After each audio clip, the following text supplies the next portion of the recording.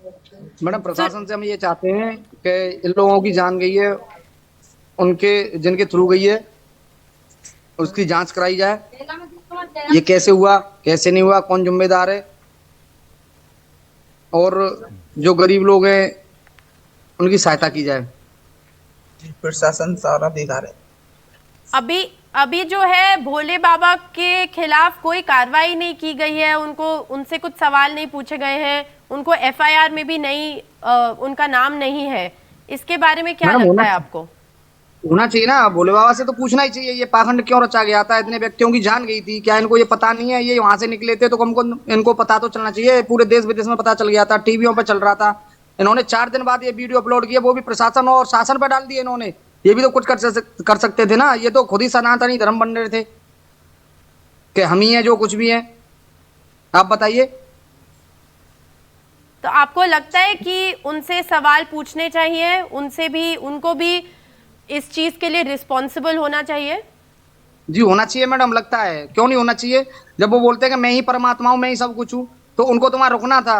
रुकना नहीं था तो चलो ठीक है, आप हॉस्पिटल पहुंच सकते थे कि कितने मेरे क्या हुआ, कैसे नहीं हुआ, मेरे भक्तों के साथ कैसे हुआ, ये ऐसे पूछ तो सकते थे। और वो भी 4 दिन बाद ये मीडिया पे बोल रहे हैं कि शासन आपकी रक्षा कर रहा है, प्रशासन आपकी रक्षा कर रहा है। प्रशासन था कहाँ था? आप बताओ, आपको प्रशासन जब नहीं। पता था, आप बोल रहे हो कि 80,000 लोगों की वो थी, तो आपने इतने लोग क्यों बुलाए थे? वो तो जिम्मेदार होना चाहिए मैडम, सख्त से सख्त कार्रवाई होनी चाहिए। मैं तो प्रशासन से गुजारिश करता हूँ कि सख्त से सख्त कार्रवाई होनी चाहिए।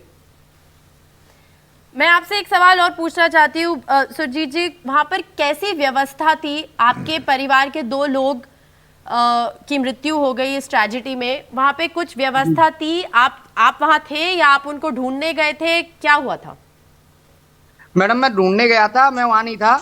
हम्म। और व्यवस्था मुझे तो ऐसा लगा था, केवल जो पंडाल लगा हुआ था मात्र, मुझे तो ऐसा लग रहा था उसमें 80-90 हजार लोगों का पंडाल था, बाकी के सारे लोग ऐसे ही बाहर बैठे हुए थे, वहां पर कोई व्यवस्था नहीं थी। लोग धक्के मार रहे एक दूसरे में, कहीं कोई निकलने की रास्ता नहीं थी, एक ही रास्ता थी।